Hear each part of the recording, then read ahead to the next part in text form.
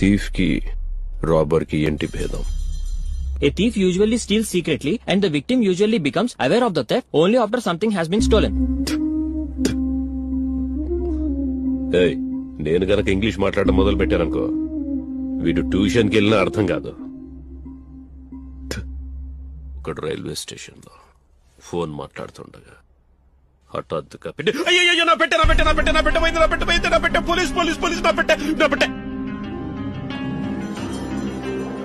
అలా తెలియకుండా ఒకడు పెట్టగొట్టేస్తాడు చూసావా, వాడు థీఫ్. అయ్యో అయ్యో అయ్యో నన్నేం చేయకండి sir, please sir, please sir, నన్ను వదిలేండి సార్, నన్నేం చేయకండి సార్. ఇదిగో కావాలంటే గొలుసు తీసుకోండి సార్, ఇదిగోండి వాచ్ కూడా తీసుకోండి సార్. ఇలా ఒకడు బెదిరించి కొట్టేస్తాడే వాడు రాబర్. ఈ రెంటికి మధ్యలోనే మనం.